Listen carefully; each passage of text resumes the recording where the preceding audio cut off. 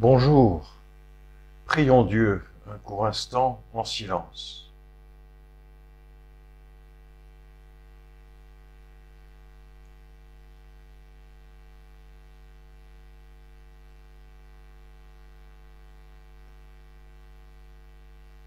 Hier, nous nous sommes approchés de cet homme, Bartimée, aveugle et mendiant, qui, alerté par le bruit de la foule, avait poussé son cri en nommant Jésus et en lui présentant sa détresse.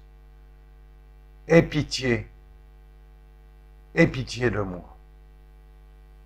Ce matin, nous poursuivons notre lecture du passage de l'Évangile selon Marc et nous nous intéressons au verset 49 du chapitre 10 et aussi au verset 50. Apprenant que c'était Jésus de Nazareth, Bartimée se mit à crier « Fils de David, Jésus, aie pitié de moi !» Beaucoup le rabrouaient pour qu'il se taise, mais lui criait de plus belle « Fils de David, aie pitié de moi !» Et alors, nous découvrons la situation telle qu'elle est. D'abord, c'est le premier point, il y a Jésus qui est entouré de ses disciples dans un état psychologique bien particulier, tel qu'il est indiqué un peu plus haut dans le texte. Ils étaient terrorisés, ils avaient peur, ils étaient inquiets. Au chapitre 10, verset 32, Jésus marchait devant eux, montant vers Jérusalem sur la route de sa Pâque. Ils étaient effrayés et ceux qui suivaient avaient peur. Les apôtres étaient effrayés et tout l'entourage avait peur. Et c'est cette foule qui entre dans Jéricho, d'autres viennent les rejoindre et ils ne sont pas détendus du tout. Nous-mêmes, nous sommes aussi dans cette situation. Jésus a annoncé sa Pâque qui se termine par une très bonne nouvelle. Après 3 jours, il se relèvera, il se réveillera, il ressuscitera. Et puis un peu plus loin, il y a une promesse magnifique que Jésus fait au verset 45. « Je suis venu pour servir et donner ma vie en rançon pour la multitude. » Donner ma vie, c'est donner, selon le mot grec, c'est donner toutes mes capacités relationnelles. Les capacités relationnelles de Jésus sont tout à fait exceptionnelles, absolument uniques. Il a en particulier une relation avec Dieu qui est une relation d'identité. Il est le Fils de Dieu. Une intimité avec son Père, une intimité scellée dans le mouvement du Saint-Esprit, une intimité qui constitue ce qu'il est. Mais il a aussi des capacités de relation humaine. Il était un homme comme nous, à l'exception du péché. Ce qui signifie qu'il n'avait en lui aucun obstacle à créer et à vivre sans cesse des relations d'amitié, de solidarité, de communion, de service, de joie, de fécondité, etc., etc. Des relations dignes de la personne, relations dont nous sommes en quelque manière nous-mêmes privés par les effets vraiment douloureux et universels du péché qui nous trompe, qui nous influence, qui nous aveugle. Et voilà, c'est donc cette foule qui entoure Jésus, qui ne comprend pas tout et qui est dans cette situation. Et cette foule, et c'est le deuxième aspect que je voudrais souligner, cette foule, elle est certainement en attente de quelque chose, mais elle est en quelque manière fermée sur elle-même. Elle n'accueille pas les cris dont elle estime qu'ils dérangent. Elle est auto-centrée en quelque sorte. Et ce qui va se passer est quelque chose de tout à fait formateur pour nous. Parce qu'en fait, si toute la foule, vous, moi, les personnes avec qui nous vivons, les gens que nous rencontrons dans la rue, les politiques, les médias, si tous nous pouvions crier vers Jésus, « Aie pitié de nous », le monde changerait très vite. D'abord, nous serions tous orientés vers quelqu'un d'autre, plutôt que d'être centrés sur nous-mêmes et sur ce qui nous fait en quelque sorte nous auto-défendre en permanence. Ensuite, nous reconnaîtrions les uns devant les autres que nous sommes aveugles mendiants. Et par conséquent, au lieu de nous juger, de nous évaluer à partir de ce que je pense être vrai, nous serions attentifs à la pauvreté les uns des autres, vous seriez attentifs à ma difficulté à m'exprimer, à ma misère, et moi j'essayerai d'être attentif à vos attentes, et ainsi de suite, et nous construirions une société de la relation sauvée. Cette foule, donc, elle aurait dû crier vers Jésus aussi, comme nous-mêmes. Et c'est peut-être une invitation encore aujourd'hui, dans le temps de prière que nous allons prendre, au rythme de notre journée, de la vie comme elle est, chaque fois que nous nous trouvons devant une difficulté, une incertitude, peut-être qu'avant de nous mettre en colère, la colère viendra de toutes les façons, nous sommes des colériques, ça fait partie des péchés capitaux, malheureusement, mais peut-être qu'avant de nous mettre en colère, nous pourrions dire « Aie pitié de ma colère, aie pitié de ma situation ». Ce cri que l'aveugle mendiant Bartimée lance, il parvient aux oreilles de Jésus.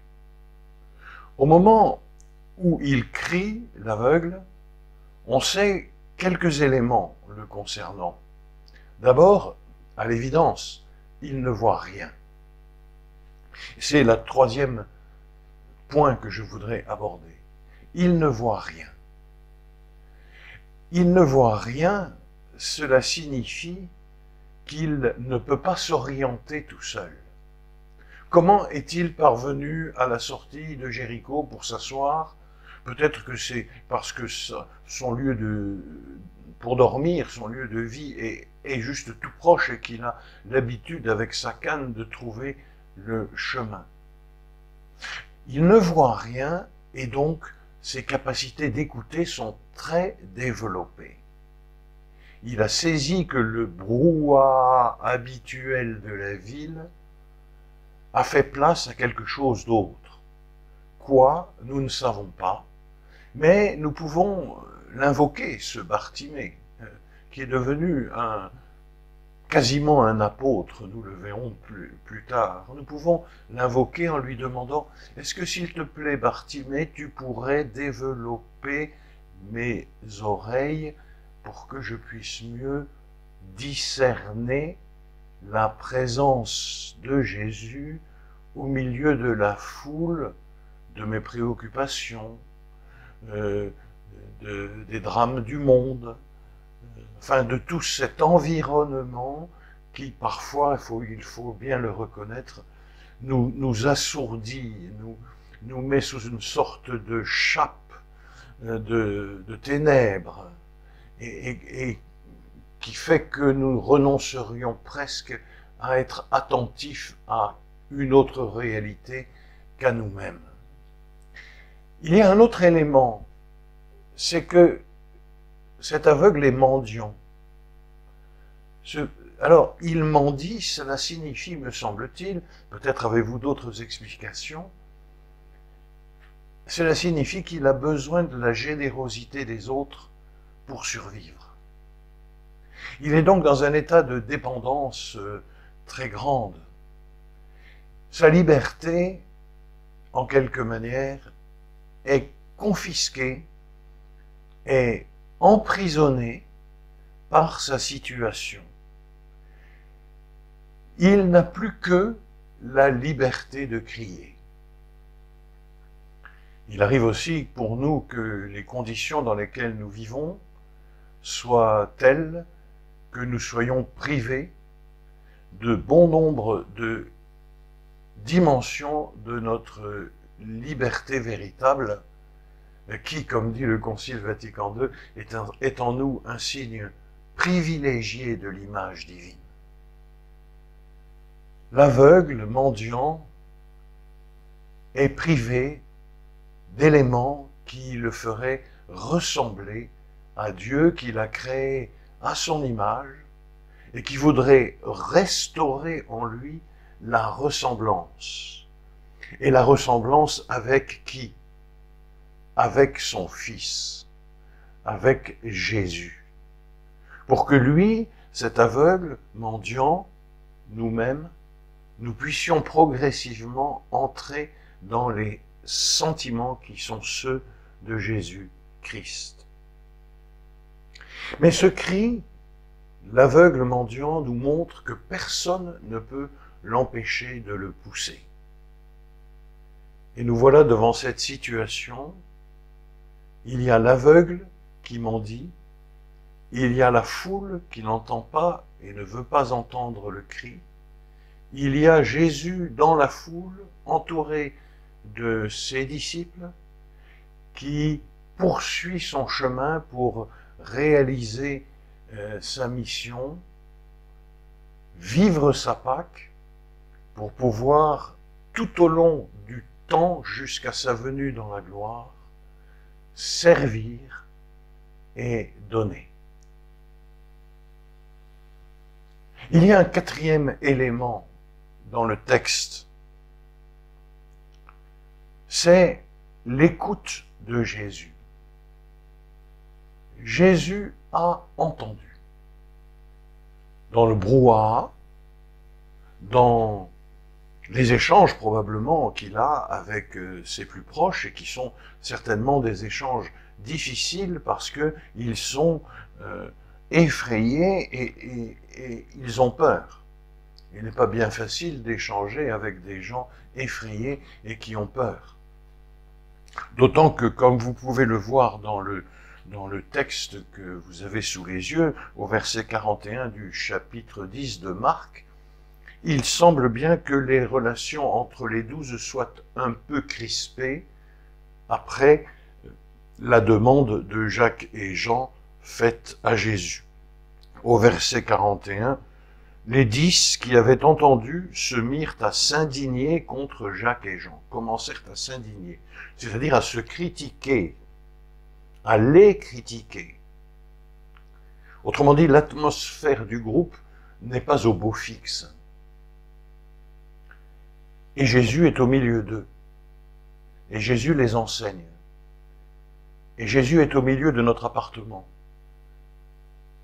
Il est au milieu de notre sortie pour aller acheter du pain.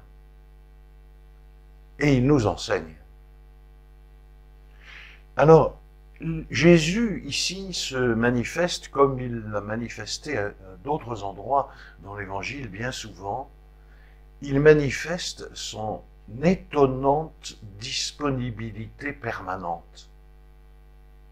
En effet, Jésus a un projet, c'est de monter à Jérusalem. Il n'a pas dit « je vais m'arrêter ». Mais voilà que le cri du mendiant aveugle fait que Jésus s'arrête. Il s'arrête. Comme si un événement extérieur non seulement ne le dérangeait pas,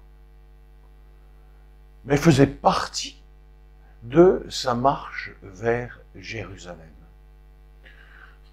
C'est une évidence, mais enfin, qu'il faut peut-être nous rappeler, je le fais avec une citation du bienheureux Père Marie-Eugène, le bon Dieu est toujours disponible pour nous faire entrer en lui par la prière. Ce ne sont pas les mots exacts. Le bon Dieu a toujours la porte ouverte pour nous laisser entrer en lui par la prière. Il n'est jamais clos, il est toujours, comme l'amour d'ailleurs, en mouvement pour accueillir et se donner. Jésus est disponible toujours, et si le fait qu'il s'arrête semble modifier ses plans, en fait, cela correspond à sa mission, comme il l'a dite au tout début de l'Évangile selon Marc, lorsque, après s'être levé très tôt le matin, être sorti, être allé dans un lieu désert pour prier, ses disciples viennent le trouver et lui disent « Tout le monde te cherche ». Et lui, « Allons ailleurs, dans les villes et les villages, pour que j'y proclame le royaume de Dieu, car c'est pour cela que je suis sorti. » Sorti, ça nous fait penser à une parole de Jésus dans Saint Jean, « Je suis sorti du Père et venu dans le monde, et maintenant je quitte le monde et je retourne au Père. » Et voilà que Jésus, prenant le chemin de Jérusalem, s'apprête à quitter ce monde en l'emportant avec lui pour le guérir, le sauver, l'illuminer, pour nous guérir, nous libérer, nous faire participer à sa lumière et à sa charité. Jésus s'arrête et il s'associe ses disciples. Nous lisons en effet, Jésus s'arrêta et dit « Appelez-le ». Nous-mêmes, alors que nous sommes comme les disciples, et peut-être comme la foule, et certainement comme l'aveugle mendiant, Jésus souhaite nous associer à sa mission, à sa sortie, comme dit l'évangile de Marc, et le premier mouvement de la sortie de Jésus le porte dans le désert où il prie. Et le deuxième mouvement qui lui est lié, ils sont inséparables, le porte de ce lieu de prière dans les villes et les villages pour proclamer, témoigner, annoncer. Et les disciples, donc, qui ont été choisis, les apôtres, qui ont été appelés pour que eux soient avec Jésus et pour que lui les envoie, ont déjà fait l'expérience de cet envoi en Marc 6, verset 7. Et là, ils ont, en quelque manière, une sorte d'habitude de la mission, déjà, légère, pas encore très forte, mais enfin quand même, ils ont un certain savoir-faire, et les voilà donc qui s'en vont vers Bartimée. À moins qu'ils se soient mis tous à crier très fort, « Bartimée, Bartimée !» Mais non, il ne me semble pas. Il me semble, peut-être, je ne sais pas. Disons que nous prenons l'option, il s'éloigne de Jésus, porté par son ordre, allez et appelez-le. Et combien sont-ils? Le texte ne le dit pas. Il y a un « on » qui fait que nous pouvons tous nous y mettre, finalement, et ils vont vers Bartimée. Ce déplacement est magnifique. Ce qu'il y a de drôle, c'est que le texte dit « on appelle l'aveugle ». On ne dit pas « ils vont appeler Bartimée ». On appelle l'aveugle. C'est un peu comme si l'état de cet homme, mendiant et aveugle, avait plus de place que son prénom.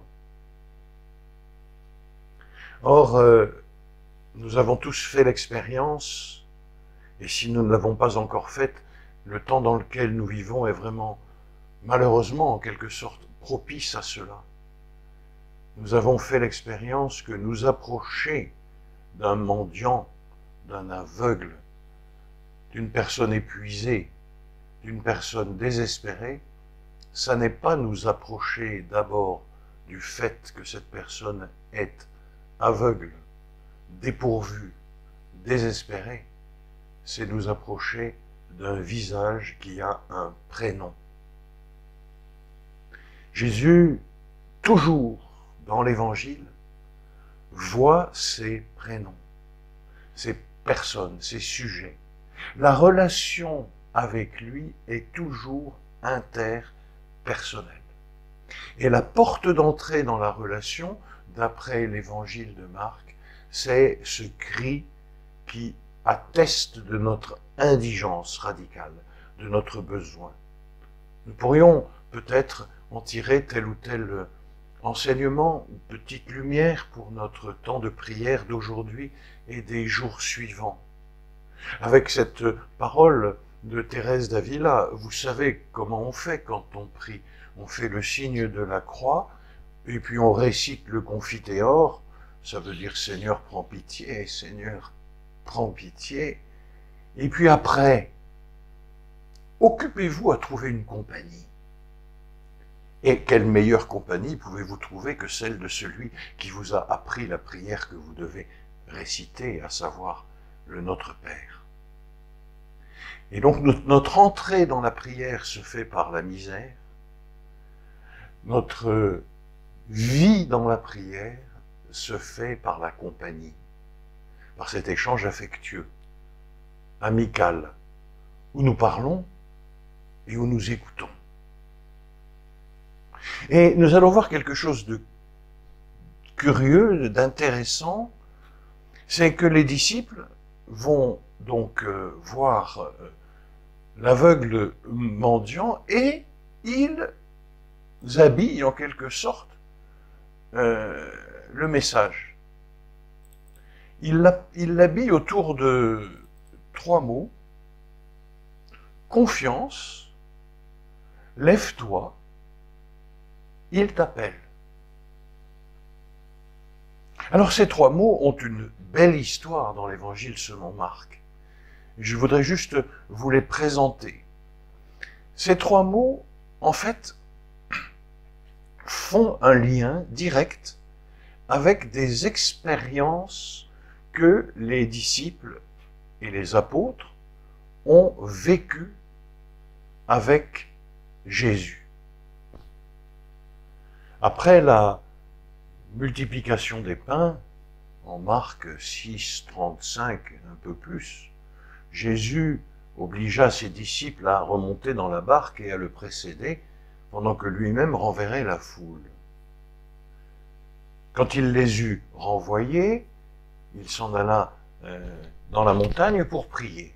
Et puis, vers la 6e heure, je ne me souviens plus de l'heure, il les vit en train de ramer et c'était difficile, les vents étaient contraires. Alors il vint vers eux en marchant sur la mer. Et quand ils le virent, verset 50 du chapitre 6, ils furent troublés. Mais lui aussitôt leur parla: ayez confiance, c'est moi, soyez sans crainte.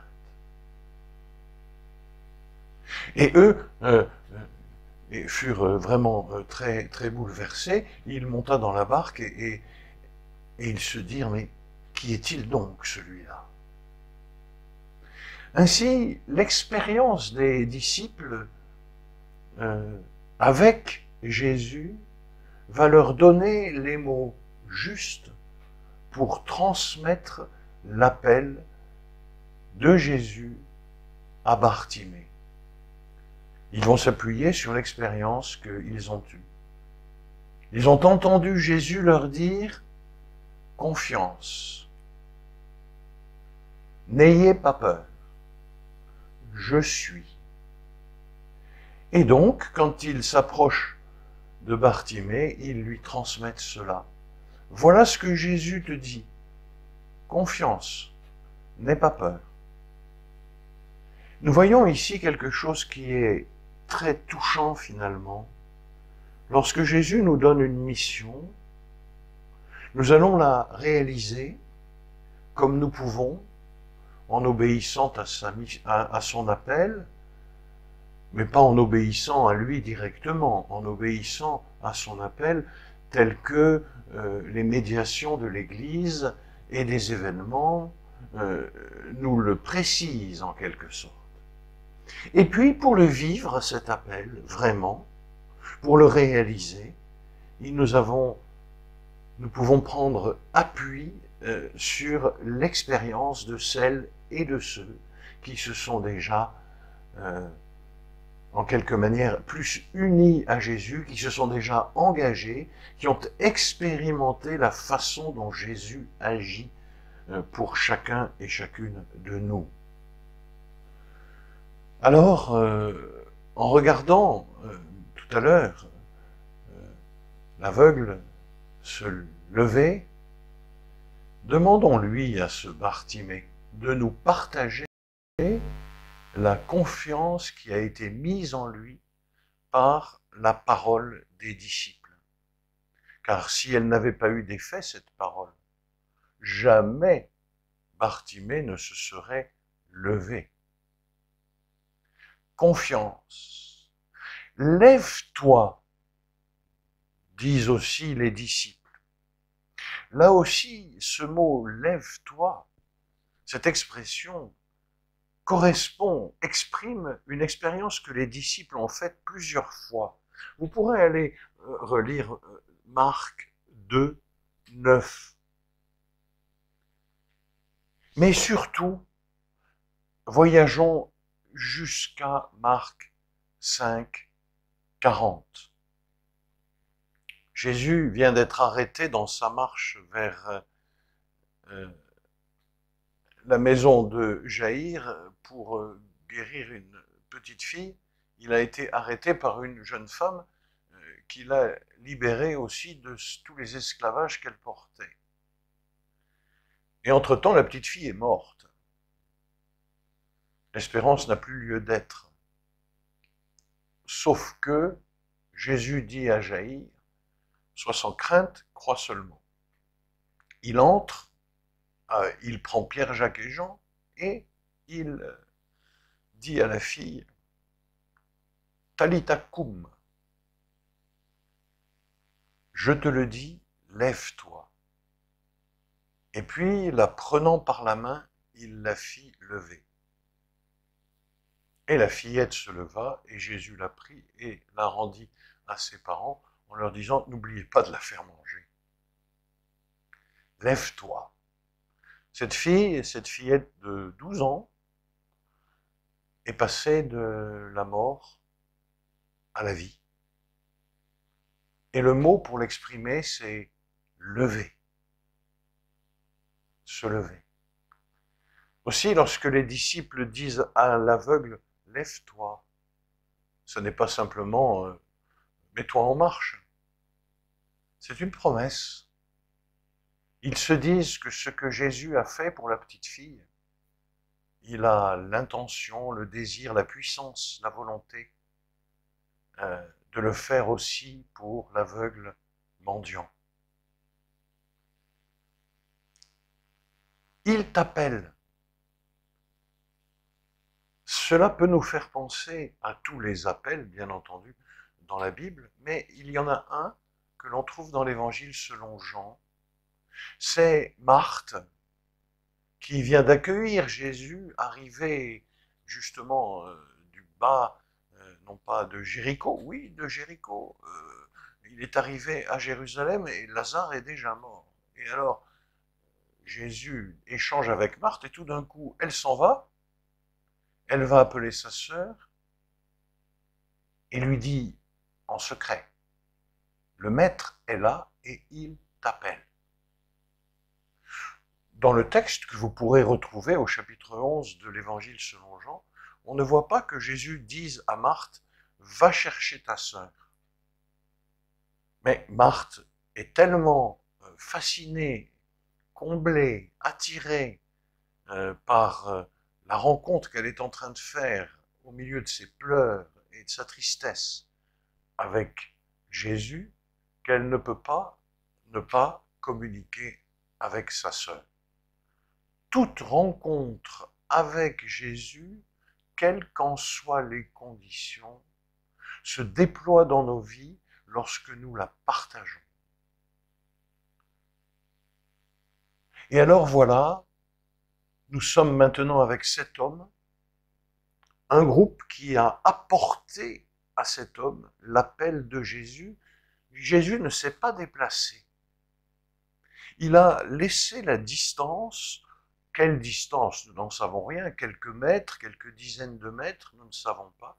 Mais il n'a pas comblé la distance entre lui et Bartimée. Comme si cette distance était absolument indispensable pour que puisse s'exprimer le désir, la volonté et de l'aveugle de s'approcher lui-même de Jésus, comme si elle était nécessaire pour l'expression de sa liberté, pour qu'il puisse véritablement lui-même être celui qui décide de s'approcher de Jésus. Jésus est tout proche de nous, il est même en nous, il y demeure caché, et peut-être que cette discrétion, parfois pesante, nous pouvons aussi l'accueillir comme un appel à l'engagement pour nous approcher de lui. Remarquons que l'aveugle va s'approcher de lui à l'aveugle, sans voir. Il n'a pas attendu de voir pour s'approcher. Et même d'une façon très vive, et c'est le point suivant que je voudrais souligner, il rejette son manteau. Pourtant son manteau est important. C'est ce qui lui permet de ne pas avoir trop froid la nuit, de se protéger aussi peut-être des rayons du soleil d'été. Il a son manteau, il le laisse. La marche vers Jésus n'accepte pas beaucoup de bagages, en fait. Et peut-être que pendant notre temps de retraite, nous aussi, nous sommes conviés à laisser quelques manteaux, voire une partie du vestiaire, pour nous mettre en route, alors que nous marchons à tâtons, mais sans doute pas seuls. Qu'est-ce que vous pensez? Est-ce que les disciples qui sont venus transmettre l'appel avec des mots qui disent déjà ce que Jésus va faire en lui, en Bartimée, est-ce que les disciples sont restés assis en le regardant partir? Est-ce que peut-être ils ne l'ont pas soutenu pour qu'il se dresse et puis ne l'ont pas guidé vers Jésus, puisque lui ne l'avait jamais vu, et pour cause, il ne pouvait pas savoir exactement où il était. Ainsi, lui, il rejette son manteau, il se dresse, il bondit, il se redresse d'un coup. Et il vint vers Jésus. Et voici que cet aveugle, finalement, devient celui qui entraîne les disciples à s'approcher de Jésus. Les rôles sont inversés. Les disciples sont allés de Jésus à l'aveugle, et maintenant, voici que l'aveugle entraîne les disciples pour que ceux-ci l'aident à venir vers Jésus. Regardons cette scène. Jésus est attentif et il voit l'aveugle qui s'approche. La conversation ne va pas s'engager tout de suite. Il faut que l'aveugle s'approche. Nous-mêmes, nous vivons ces temps d'approche. qui sont déjà des temps en présence réelle, active, transformante. Imaginons que, avec notre aveuglement, soutenu par la foi, les exemples, la charité de l'Église et de tous les saints, nous sommes levés. Nous sommes en train de nous dépouiller, de nous dégager. Et nous progressons vers Jésus qui est venu finalement pour nous servir. Et je voudrais conclure cet entretien avec cette proposition pour ce temps de retraite, chacune et chacun, encore une fois, dans les conditions de notre devoir d'État, de notre vocation. Peut-être pourrions-nous organiser notre journée pour essayer de vivre comme l'aveugle, prendre conscience de nos aveuglements, accueillir le fait que sur bien des aspects, nous dépendons des autres pour des choses absolument essentielles, chasser peut-être cette, cette dureté de cœur qui nous fait regretter systématiquement de ne pas toujours pouvoir nous débrouiller seuls, alors que c'est au contraire une grande chance, parce que nous pouvons devenir reconnaissants envers autrui. Et puis, entendre nous aussi aujourd'hui confiance. Remarquons que la première fois que Jésus a dit ce confiance aux disciples dans l'Évangile, c'est parce que lui venait vers eux. Et c'est bien aussi ce qui s'est passé pour l'aveugle, c'est ce qui se passe pour nous. Dans notre prière, comme dans nos choix, comme dans nos discernements, Jésus, par sa parole, vient le premier vers nous. Cette phrase de Saint Jean de la Croix peut nous être une douceur. Si l'âme cherche Dieu, son bien-aimé qui est Dieu, la cherche elle-même, la cherche lui-même avec infiniment plus d'amour.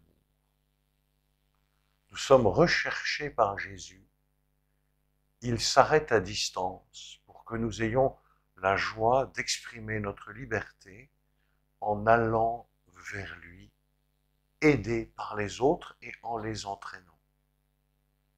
Notre élan vers Jésus devient un témoignage. Il s'agira plus tard d'aller aussi vers les autres, mais notre première mission, comme dit Thérèse de Lisieux, c'est de nous laisser attirer par Jésus, ce que le pape Benoît XVI aimait appeler la mission par attraction. Nous continuerons cet après-midi notre méditation de ce texte pour pouvoir nous préparer à entendre cette phrase magnifique que Jésus va dire à Bartimée, « Que veux-tu que je fasse pour toi ?»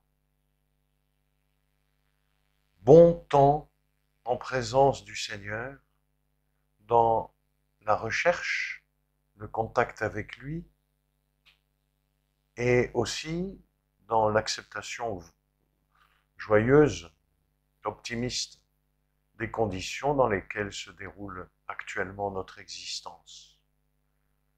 De fait, les situations qui sont les nôtres, vécues comme nous le pouvons, avec une confiance en Dieu qui ne nous abandonne pas, ces situations sont le lieu réel et unique dans lequel peut se déployer en nous cette amitié que Jésus a pour nous, que nous voulons avoir pour lui et dont nous voulons être les témoins.